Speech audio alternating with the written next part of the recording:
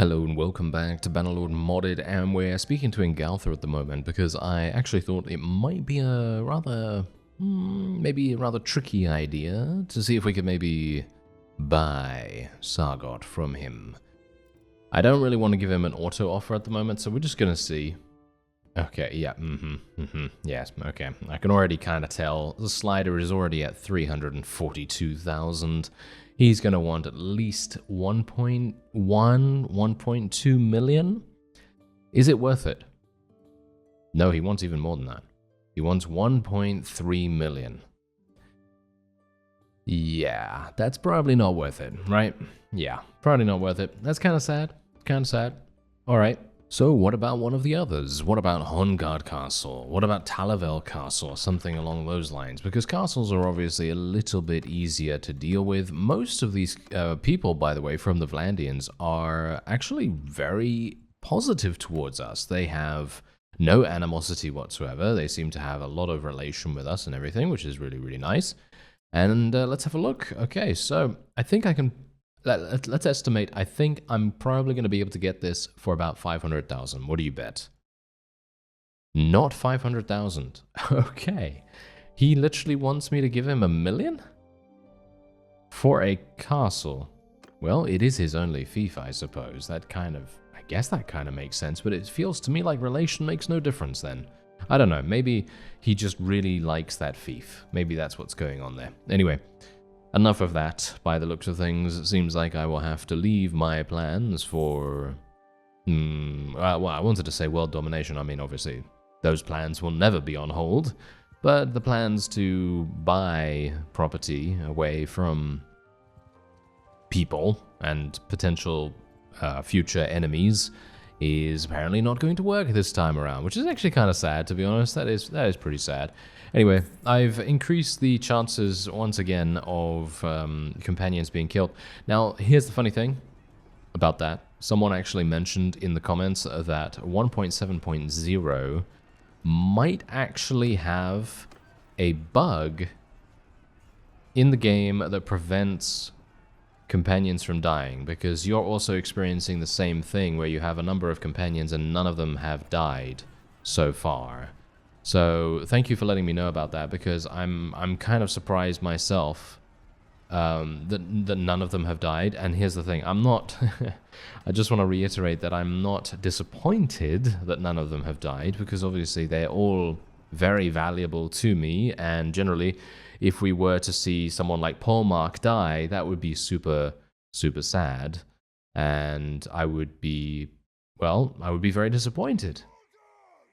But we've also got to bear in mind that if these companions cannot be eliminated, then there is no jeopardy whatsoever. And as a result, the whole purpose of the series is kind of...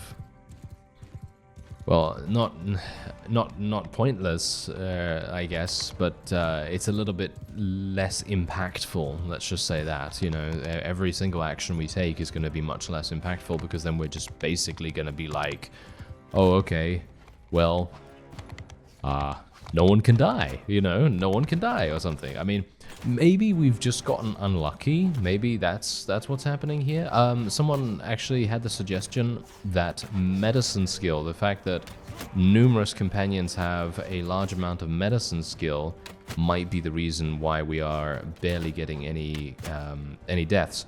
Now, I don't believe that's the case, because if I'm understanding medicine skill accurately enough, basically what happens with that is obviously as you choose and indeed assign roles to your companions. So, for example, you know, you assign a quartermaster, a surgeon, and various other roles.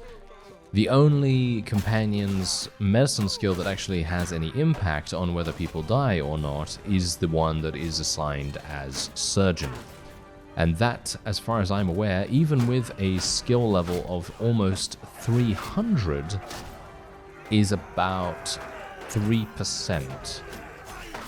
Yeah, so even if they have a massive amount of medicine skill, it really doesn't make any difference whatsoever. I thought this guy was alive. Didn't you think this guy was alive? Like when we came up here, didn't you think he was alive? Yeah, no, he's not. He's actually not. He is completely dead. Anyway, Yeah, so as you can no doubt tell, that seems to be not the case. Although, I mean, I personally would tend to believe the person that commented that their companions are also not dying on realistic difficulty. So it might be the case that I literally just need to toggle on or off the difficulty. So basically put it on a lower difficulty, play with the game for a little bit of time, and then put it back on realistic and see if that maybe makes a difference. Because obviously maybe there's some weird thing going on where you need to go into the game, change the setting back and forth, just so that it can kind of reset its values, if you know what I mean. So basically all the values for the casualty calculations and things like that can be reset. At least I have no idea whether that's actually a thing. I mean, I'm basically just grasping at straws here, but that's the only thing I can kind of imagine to be the case. I mean, we are generally receiving quite a few casualties. Like I'm talking about general. So for example, if we have regular units, most of the time, if they get into the battle much more deeply than usual, then we're gonna lose a fair amount. You know, we're gonna lose a certain amount of them, and that's just how things are gonna go. But we're not really in that position at the moment. Oh, look at these guys! Whoa, that's actually a nice amount of troops that I can rescue right there. That's pretty cool. Anyway, I will take all the prisoners too, and there's another 19,000 experience there, and we are just gonna show mercy. I'll claim the fief, and once again we'll do the same thing where we go over here. Okay, so Abcoma Castle, we'll just recruit the, I'm just going to put it all the way up to like 250 or something like that. I'm probably going to be trading away some of these castles eventually, so don't worry about that. We're just going to put all the prisoners in there. And what about the garrison? Do we actually want to put any people in the garrison? Maybe some of the militia at the very least, maybe some of the lower tier units, because I generally want to try and consolidate the amount of experience into the tier 4 and tier 5 units as much as possible so that they can level up as fast as they possibly can. And there you go. Alright, so let's actually just wait here for some time. I do need to place a little bit of money in the treasury as well. But, yeah, that news was kind of disappointing to me, that, you know, possibly there is a bug in 1.7.0, which is really weird, because it has been working before. Another person had another suggestion, which basically referred to a possibility of the developer changing the values of companion death. And it might actually be the case that they have changed it so that companions don't die as often. And I think that actually would be a pretty nice thing, because in my opinion, companions were dying quite fast. But obviously in a situation like mine, and anyone else that's playing with Distinguished Service, you eventually will be, well, kind of overrun by companions. You know what I mean? You'll be overrun by them, so it's not really that big a deal if one of them dies, or if a handful of them die, or something like that. Obviously, if you're close to them, like as I said, like if Polmark dies, then obviously that's very sad. But if some random that just got promoted dies, then, well, it's a loss, absolutely, but you're not really attached to that particular NPC, so you don't really have to worry about it. And I'm not entirely sure why I went into the castle, but there we are. Anyway, Pen Cannock is being defended by this army right here. Ladogual is over there. Not a big fan of that, to be honest. 11,000 if we free Aradwir. I don't really want to free any of them. So I think any other ransoms that come up, I'm basically just going to be leaving them alone. And I think what I'm actually going to do is I'm going to see who's besieged. Oh. Okay. Wow. They have... What is going on with the Battanians? What is going on with the Battanians? There are so many of them, and they have so many armies. What is actually going on with these guys? Look at this. This is crazy.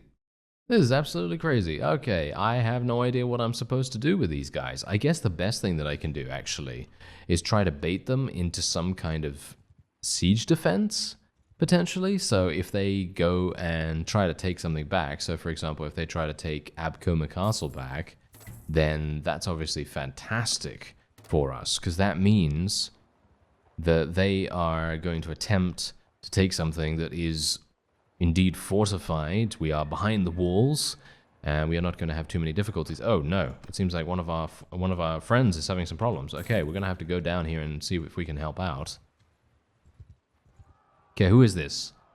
Who is that? I have no idea who that is, but apparently he's part of our faction, so we're going to try and help him out. Okay, we are in a situation where we are outnumbered and indeed outgunned in a very small way, but we are still in a slightly problematic situation. So let's see if we can do this. Let's see if we can do it. I'm just going to go to the character screen real quick. Doesn't seem like we have anything to spend, so that's absolutely fine. Let's move in and see what we can do. Now, obviously, this is one of those times where... do I like this map? Not really. Not really. I'm thinking to myself... actually... Yeah, you know what? I actually don't mind this map. I think this map's actually pretty fun because it has really nice terrain. And I mean, apart from the fact that it's obviously covered with snow, which is always... You know, it's always nice. But generally... The fact that it has trees, mountainous hillside areas, flat areas, it's just a wide range of different environments to fight in. I personally like that a whole bunch. Anyway, let's put these guys into a loose formation right here. I'm actually going to get off my mount and see if I can attack them straight up. We're just going to tell everyone else to charge in, the horse archers and the cavalry, of course. And let me see what I can do. I would like to bring out my... You know what? I think I might use a two-handed. We might go and just use a two-handed just for fun, because that would enable me to actually get a different quiver as well, or it would enable me to get an additional quiver, should I say? And then that's going to enable us to have a lot more, shall we say, flexibility too. Because even though I am actually utilizing my shield a great deal, you can see here. Look at my shield. It's taking an absolute battering against these opponents right now. And without my shield, I probably would have died, you know? To be fair, I probably would have died, so it really does make a pretty big difference.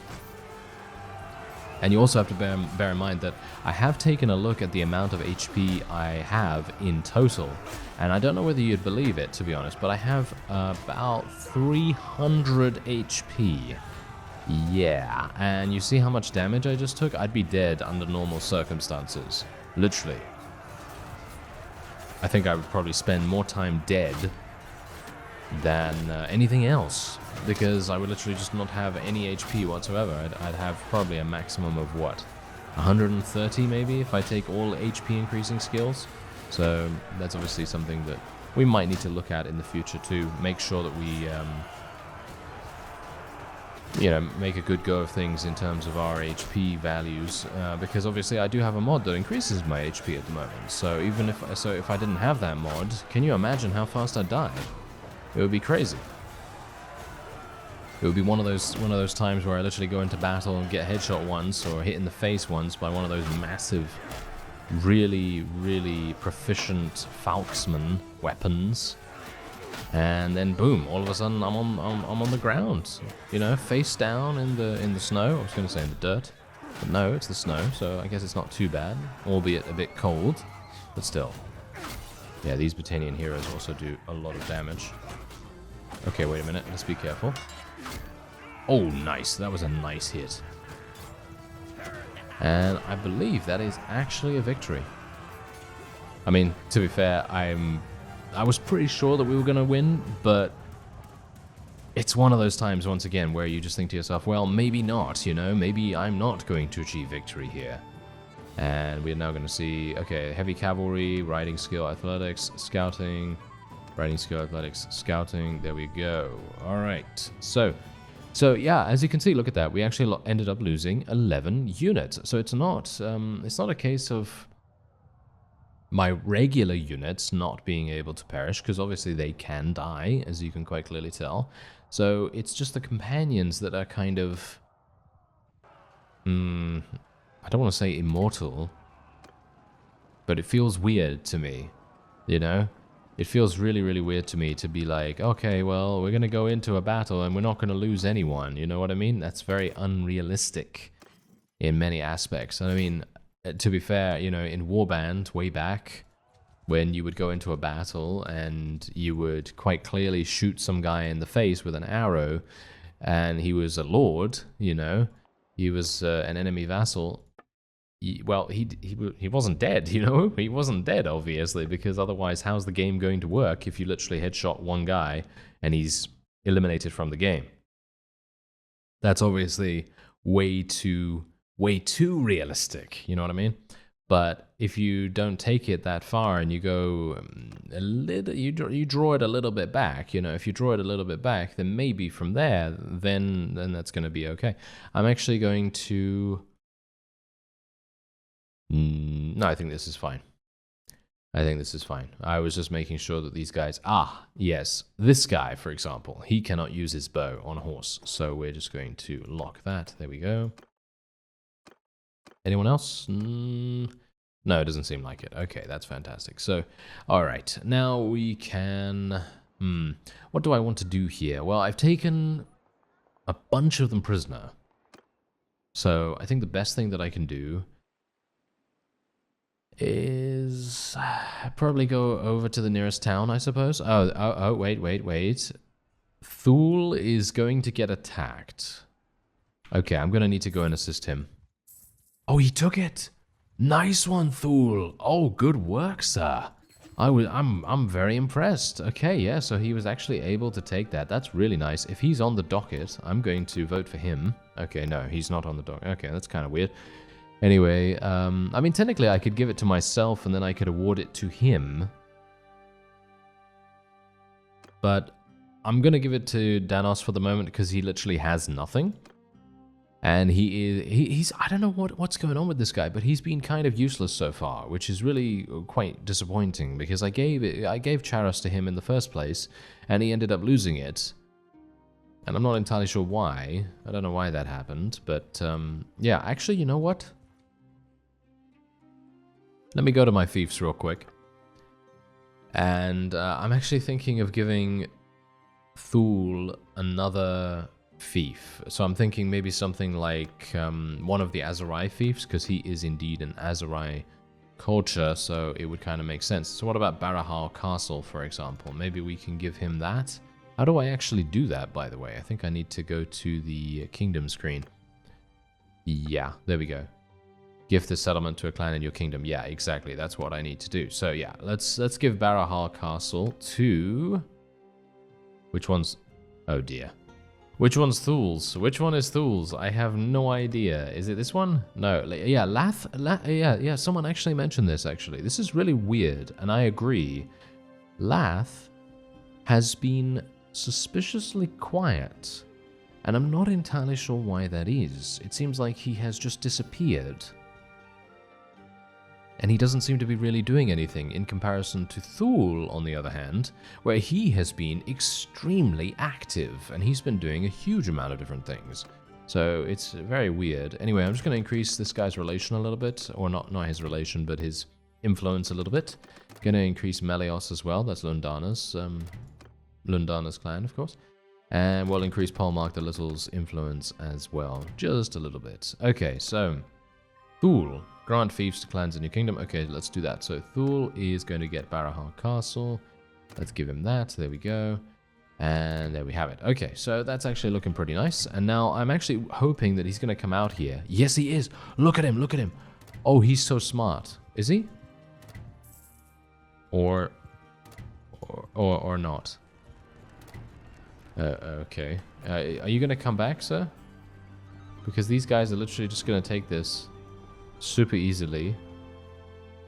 They just took it. Thul, what are you doing, sir? What is he doing? What is he doing? I have no idea. Okay, that was very strange. Let me have a look at who's in his army, because I'm thinking that Lath might be in his army, but it doesn't seem like that's the case either. So I have no idea what's going on with him. All right. Well, Abkoma Castle is now under siege. Is he going over there to defend it? Yes, he is. Okay, so he's going over there to defend that. I suppose what I should do is fight this army, eh? I mean, that's basically the only thing I can do, really, to make a big impact. So I suppose that's what we're gonna do. I guess we will. Why not? I should probably make a new clan as well, by the way. So yeah, once again, Danos is being rather useless once more because Charis has now been taken again. Yes, I have no idea what Danos is doing. Generally, he is actually in Thul's army, as far as I'm aware, so that might be the reason. Anyway, Caladog, no, oh yeah, obviously she's not going to listen to any kind of persuasion attempt because she's in an army at the moment. Indeed. Okay, well, let's get ready to fight. And I'm thinking, actually, you know what? I would like to get an actual Falk's blade, if at all possible. Maybe I can smith one. Maybe I can smith a nice two-handed sword or something like that. That would be quite nice. Alright, let's get our forces into a nice position. We've fought on this particular battlefield a number of times, and we have always won the battle very, very easily. But that does not mean that we should be overconfident, because you never know what can happen. Archers, move! Bowmen, stand apart! Alright, here we go. Troops, move! Let's get the infantry over here. My archers are going to stand on the high ground. That's going to give them a massive amount of protection from the enemy cavalry, at least.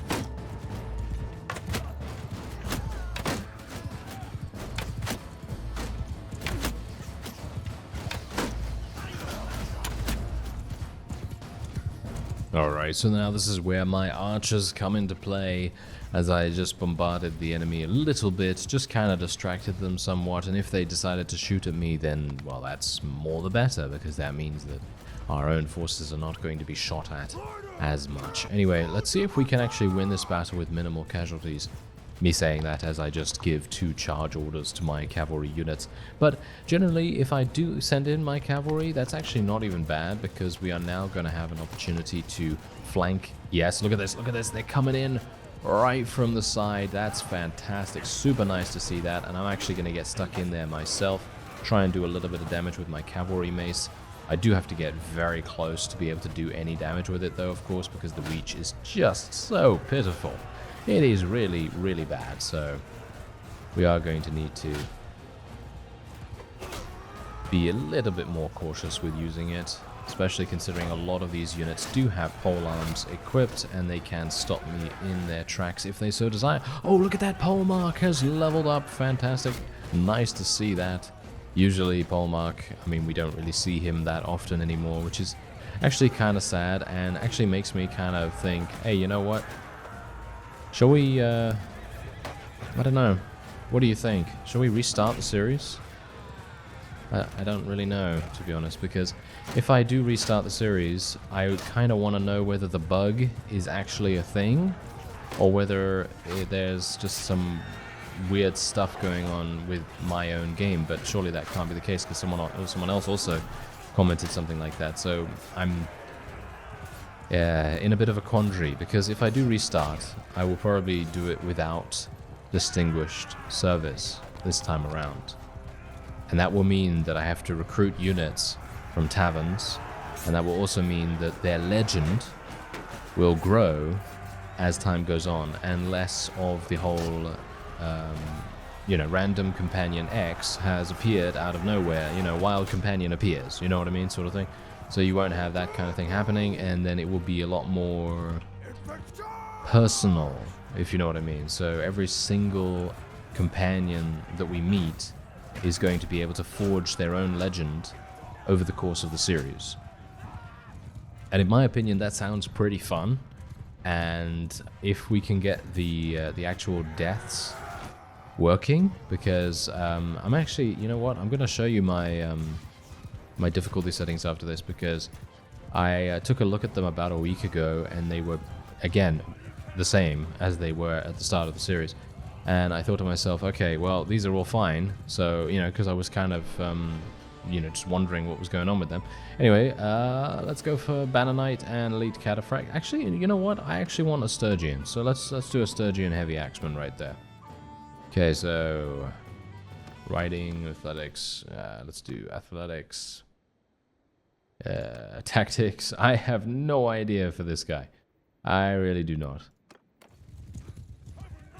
Alright, there we go. Yeah, so as you can see, we literally lost 0 units. And now I'm not saying that we should lose, you know, I don't know, 5 companions every single time we do a battle. But it is kind of saying to me, hey, there's something wrong here, you know? Because there surely should be some kind... I mean, maybe my tactics were just too good. I mean, I don't know. I refuse to kind of believe that, to be honest. Generally, there's going to be someone that will die. And there's not much you can do about it. But if the developers have actually changed things and reduced the amount that companions can potentially die, then that obviously makes sense, you know? That actually makes sense. And that's the reason why we are not having any deaths on our part, you know? Because if they have reduced the chance, then obviously that's going to happen. Anyway, I think everyone else is fine here. Yep, everyone else is absolutely fine. I'm going to show you my difficulty right now. And yeah, then we'll see. I need to go into Charis after this as well, so... Okay, so these are my difficulty settings right here. As you can see, clan member death possibility in battles is on realistic.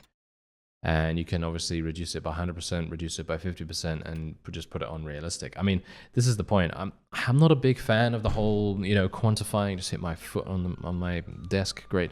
Anyway, point is, I'm not a big fan of this whole realistic, challenging sort of quantifying of the difficulty, because I don't actually know what percentage this is. You know what I mean? This is just a random value, and we don't know what it is, and we don't know what map movement speed is, or recruitment difficulty, or anything like that. I mean, you can see what these are, which is great, because obviously if you put this on very easy, then you get 2 extra recruits, which is actually cool.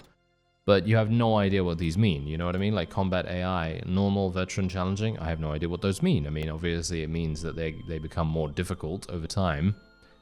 But yeah. Anyway, as you can see, birth and death is also enabled, persuasion, success, and all that stuff. And this is always on easy, generally. I like to put it on 50% so that I don't die instantly, as I said before. The amount of HP I have is 312. I have 312 HP, and yet I still end up dying.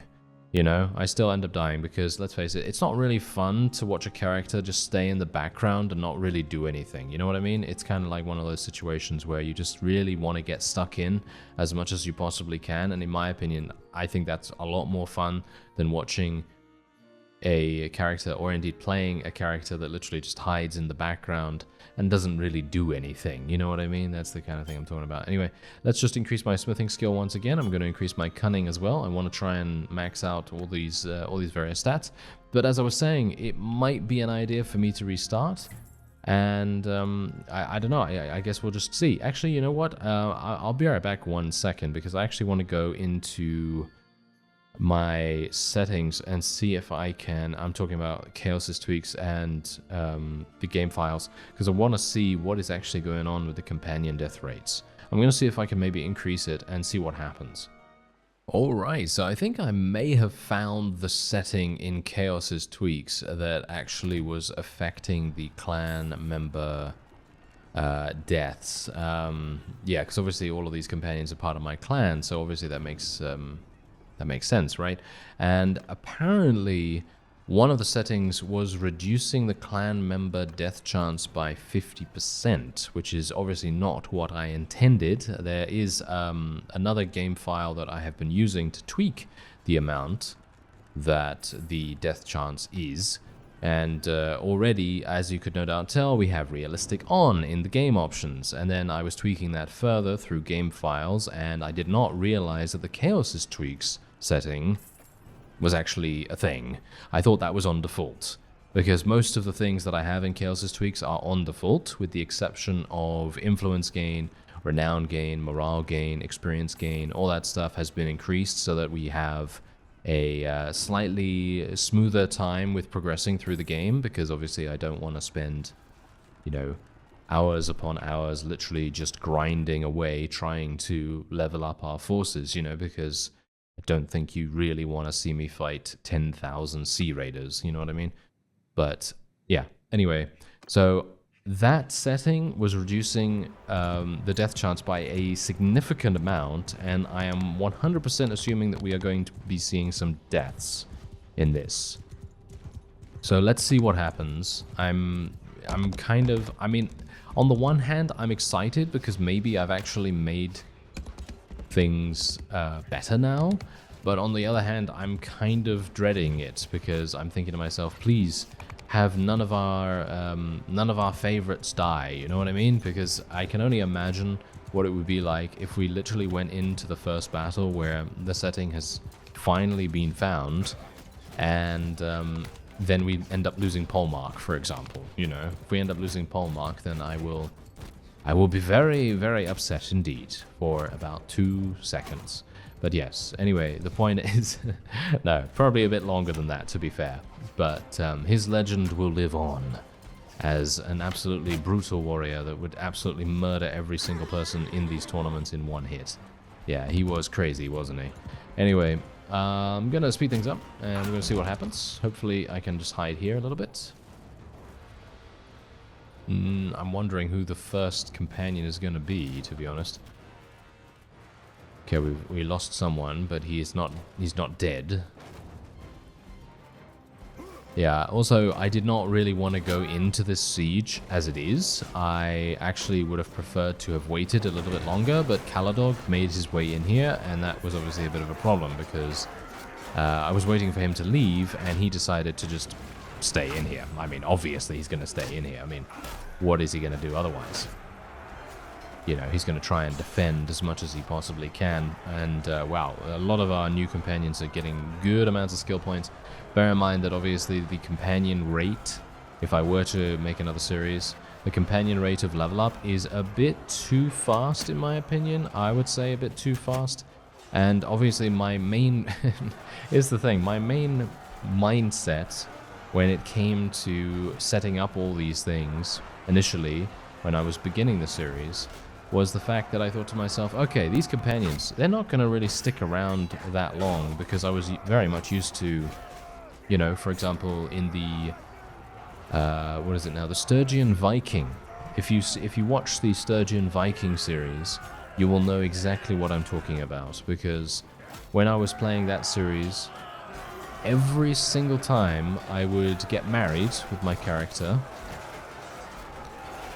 I would take the spouse of that character into battle with me, and then something would happen and they would die, basically, right? So one battle and then they're dead, you see? And that's exactly the reason why I was like, okay, well, if they're going to die, let's at least make them go out with a, you know, a fanfare, you know, fireworks going off all over the place, because they're going to be absolute monsters, and then they're going to inevitably die at some point, and then at least they will be legends when they die, instead of them just being some kind of nameless fellow that has really not done anything in our service, because that's obviously been the case numerous amounts of times, where we have literally recruited some random person in a tavern somewhere, and then all of a sudden they die, and then I go, you know, and I'm talking about past series here, and then I go in my commentary, I go, oh, this guy, oh, he died, oh, okay, all right, so yeah, now I'm going into the marketplace to sell. That's it. That's literally what I would say, because this guy literally had no impact whatsoever on the series as a whole, and that was the reason why I decided to make it so that the companions would be, again, more impactful in some way or another, because in my opinion that makes everything much more much more dynamic, and you're just gonna, because I mean, Polmark, look at Polmark, for example. everyone loves Polmark, right? I mean, I think you do, I think I do. If you don't love Polmark, then, well, you know, your toast is always going to land butter side down. That's what's going to happen. Anyway, we are now going to make sure that Mr. Caladog never leaves the dungeon. Yes, I mean, I'm sure he's going to leave it at some point, but at the moment, he's not. And I am indeed going to maintain control of Charis here, because, let's face it, no one else seems to be doing a good job. So we're basically just going to do that, do this, and then we're just going to wait here for some time. But yes, as you could no doubt tell, we had no deaths whatsoever. Which is, well, again, not disappointing, but definitely kind of weird, because, as I say, I have changed the setting now. I found the setting, because I must have overlooked it before, and I did not realize that. So, my mistake. But that's the point. Now that it's fixed, we should have no issues. Wait a minute. Did Leanna just get pregnant again? Let me take a look. Yes, she has. Fantastic. Okay, that's very good. So that means... Wait a minute. How old is Shala, by the way? I have no idea how old he is, but... well, does it matter? I don't know. Does it really matter?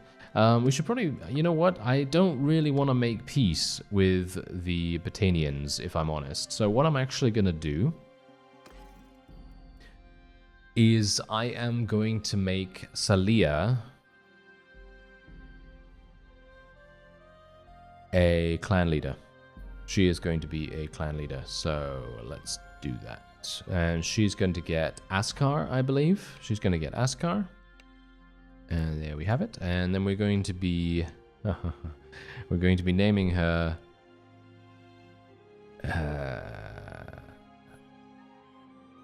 Darkness. There we go, Darkness Clan, because she is Salea the Black, so why not? And that sounds like such a cool name. Baroness Salea the Black. I like that. Okay, well, anyway. Let's level up all our forces. 80 troops. Very nice. And we should probably make someone else a lord as well. What about Guzid the Marauder or someone? What about this guy? No. We probably want someone that's... yeah, maybe someone like this guy. Gilvard. Gilvard. Wish to reward you for your services. I will give you... Not Charis, that's for sure. I will give you Druimore Castle. Yeah, like that's gonna make a difference. Druimore Castle. Gilvard Silvard. Yes, there we go. Perfect. I put a little bit more effort into naming Salea's. I apologize. Okay, so let me go. Come on, let me get him. There we go. Okay. Phew.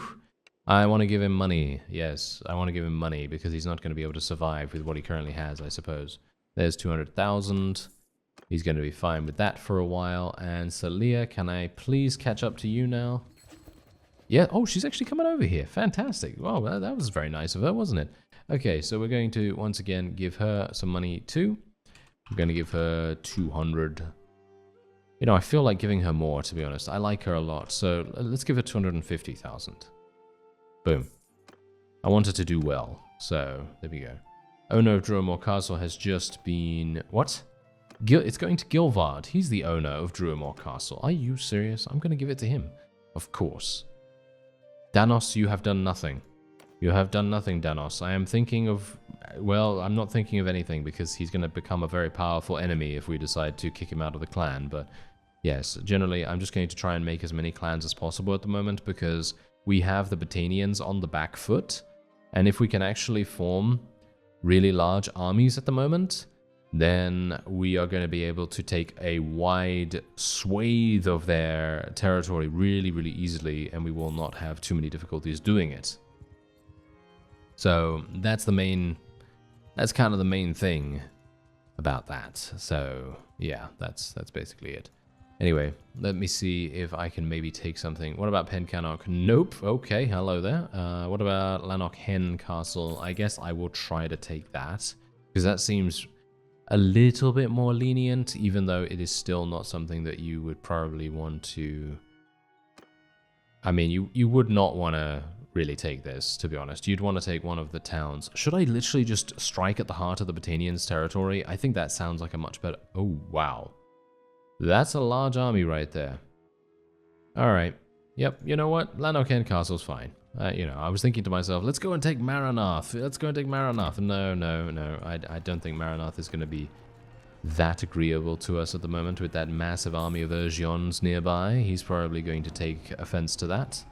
And then we are going to be in a rather sticky situation, which we would not appreciate. That is for sure. Anyway, we've now built our siege equipment, so let's move on. And let's see once again, shall we? Lath literally just won a tournament. Is that what he's literally doing? Lath is literally just lazing around at Ox Hall, the fief he owns, by the way. And he doesn't seem to be doing anything. Which is rather amusing, to say the least. I mean, I actually quite like the fact that he's being a little bit disagreeable, because that gives him personality, you know? It gives him a little bit of flavor to his character in comparison to him literally just, you know, doing the standard stuff. And it's actually kind of cool to think of him as kind of a lazy oaf kind of character, even though that's obviously not something you generally would want from a vassal. But it's still kind of fun to have a little bit of variety in the personality types. I guess that's what I'm trying to say. Anyway, I'm just going to kind of chill out here while most of my... Wow, okay. Yes, most of my forces are completely destroying the enemy at the moment. And I'm just going to wait here for some time. And we're going to see if we... you know what? I'm actually just going to stand here and see if anyone actually dies. Because here's the thing, I don't really want anyone to die, but I'm kind of... What, literally no one died? Are you serious right now? Literally no one died. Okay, well, I guess that's how I guess that's how it's gonna be. Yeah, I guess that's how it's gonna be. So yeah, we're just gonna do that. Thank you very much. And there we go. Okay, yeah, that was really weird. Okay, we lost literally one unit. And it was just a Vlandian pikeman. Do I really need to increase the do I need to increase the death rate or something? I guess I do, right? Yeah, that's probably going to be a thing. All right, let's claim the thing at the moment. Let's put all the prisoners in there. And we'll do the thing once again where we just have a little bit of recruitment going on. Let's get 250 or so. Let's get these guys in there. There we are. Let's manage it a little bit. I have enough money after all, so I might as well make the most of it. Let's get all of these things upgrading. And there we have it. Okay, so let's just wait here for some time and see what happens. Maybe Urgion's army is going to come along and basically say, hello there, what are you doing? This is my fief, and I will take it back whether you like it or not. If he does decide to do that, then I will welcome him with open arms.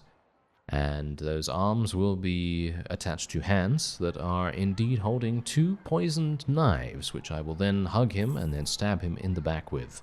Yes, indeed. That sounds like a good idea. But he's probably going to see that, and I will then give him a wonderful birthday card that will contain none other than Barney the dinosaur. Oh yes. Because, let's face it, Barney Bertild and Barney the dinosaur working in tandem, they may as well just end all of creation. The entire universe will just implode from those two entities being in the same room. We know. You know. Everyone knows. That is exactly what's going on there. Anyway. Now that that craziness is over with, let's have a look and see if we can maybe take Pencannock, because it seems to me like this is ripe for the picking. Maybe Urgion's army is literally just not even doing anything right now. Maybe they're just kind of relaxing. What's going on? No, Salea! Oh, look at that. She got herself taken prisoner. That's really, really sad. Okay, that's kind of disappointing.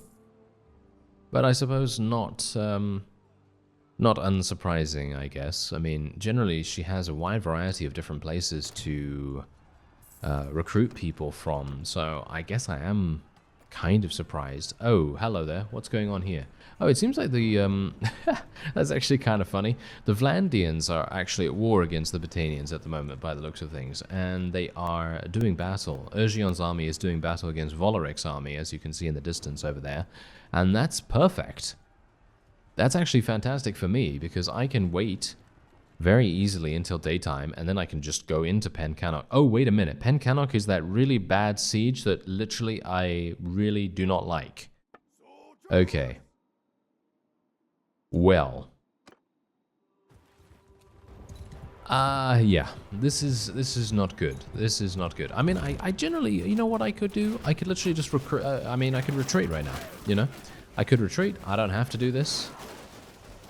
But I'm kind of thinking, hey, you know what? This is a good test. So if no one dies here, by the time of the next episode, I will have increased the death chance, and then we'll see whether it is actually a real bug in 1.7.0, because for me, it feels to me like it is, because we've had some really large battles, especially in the previous episode where we had that absolutely insane battle, and we came right down to the wire, basically. You know, we almost had some massive failure, and we would have if it hadn't been for the actions of some heroic companions. But the point is,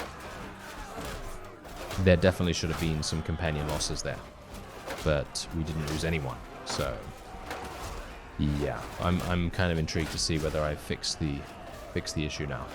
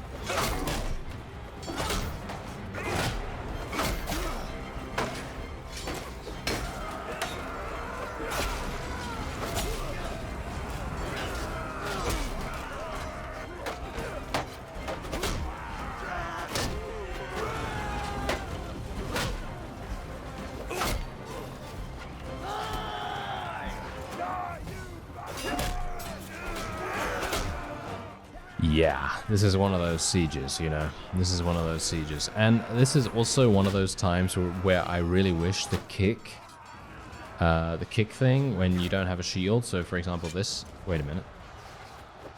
Oh, that's a new animation. Okay, I didn't know that they actually added like a punching, pushing kind of thing. So instead of the kick, you have like that. That's... Okay, that's kind of strange. Okay, well, that's absolutely fine. But yeah, generally, I would like a little bit more physics-based mechanics in that aspect. I think that would be really fun. But obviously, you know, this is not Bulletstorm, so obviously there isn't going to be anything as over the top or exaggerated as that, of course. But still, it would be kind of cool to have the force of a push. You know what I mean? Because we already have the strong legs perk. So I think it would actually be kind of cool to increase the push force. You know what I mean? The push force of those abilities, when and if you have the ability to use it, at least when you have the opportunity, shall we say? Anyway, it seems like we have not lost any companions. I mean, I wasn't expecting to lose any, but still, yeah. Seems like I'm going to need to go into the game files and see what I can do about that. Because, as I say, I did find the Chaos Tweaks one now, and I have reverted it back to 0%. In other words, default. In other words, it is unrealistic now, so it's not being changed whatsoever. So yeah. Anyway, Battanian Fian Champion. Yes, I will definitely have one of those. Thank you very much. And we'll also get a Vlandian Banner Knight. There we have it. Okay, so let's do this. There we are. Battanian Fian Champion. Let's go for some athletics. And there we have it. Okay, so very nice indeed. And then we can move on. A lot of prisoners to take. Pencannock has been taken. Actually, really surprising that we were able to take that so easily, as Pencannock is really one of those places that I really don't like besieging at all. It is really one of those nightmare sieges usually, but for some reason we were able to, well, very easily achieve victory here, and that kind of makes me think, hey, you know what? maybe we should just restart and then, you know, do things in a much more hardcore fashion. Because, as I say, I was actually wanting to create legends, you know, legendary companions, and have those companions, you know, create their own stories and have them survive the incredible adversities of Calradia and so on and so forth. You know, those kinds of things. I think that would be really fun, all right? And that's exactly how this series started, with Polmark and with Lundana and all that stuff. And then when we started getting the Distinguished Service characters, I think the Sharasa brothers, they are cool. They've definitely done a really, really good job in sort of integrating into that whole legend, into that whole legendary sort of culture, right? And objective and goal that we have. But then after a couple more of them started, I'm going to decline the piece. After a couple more of them started to, you know, come out of the woodwork, we then started to have a situation where everything became a bit muddy. And now we have no idea what is happening. You know what I mean? We have no idea whether this person or that person is... I mean, we don't know. I mean, they're kind of faceless, which is also the reason why I was actually talking about, you know, the whole Warband versus Bannerlord companions. And most of the Bannerlord companions are indeed faceless, unless you give them a story and you make them into a legend yourself. You know what I mean? You literally put them into these situations and you see what happens. And that's exactly what we did initially. But obviously, some of that time, you're not really able to do more if you're consistently getting new companions. Like, for example, I mean, look at this. After we got, I'm gonna say Lath around here, then things started to get kind of, well, I mean, do you know this guy? Galthar the Pinder, or Pinder? I don't know how you say that, but yeah. Do you know this guy? Probably not, right? Probably not. This is just some random, you know, which is actually not what I intended, so... yeah, I don't know. But I'm going to go into the settings, and in the next episode, we're going to test it out, and we're going to see if anyone actually ends up dying. Because if they don't, then it is definitely a bug, because I will try to increase the death chance to... I don't know. I don't want to make it too high, because obviously then we're going to lose our entire army, basically. But I want to make it so that they have a really good chance. So 10% chance or something like that. I think that's still way too high. But just as a way to kind of be like, okay, this is, you know, this is serious now. We kind of need to figure this out. Anyway, there's the surgeon, as you can see right there. And if I actually select these guys, and you can actually take a look at some of them, then you can see, actually, where are all the guys with massive amounts of medicine skill? This is really oh, it's because we are so far. It's because we have so many companions. I can't see any of the others up at the top. The ones that actually have a huge amount of medicine skill, which is actually hilarious and kind of bad at the same time. But I just wanted to show you the percentage chance for casualties to occur, which is about, as far as I'm aware, if they have about 300, then it's about 3%. You know, obviously disregarding the base chance that they can't die, because there is obviously a base chance without any medicine skill whatsoever. Anyway, that's going to be it for this episode. I thank you very much for watching, and I'll see you next time.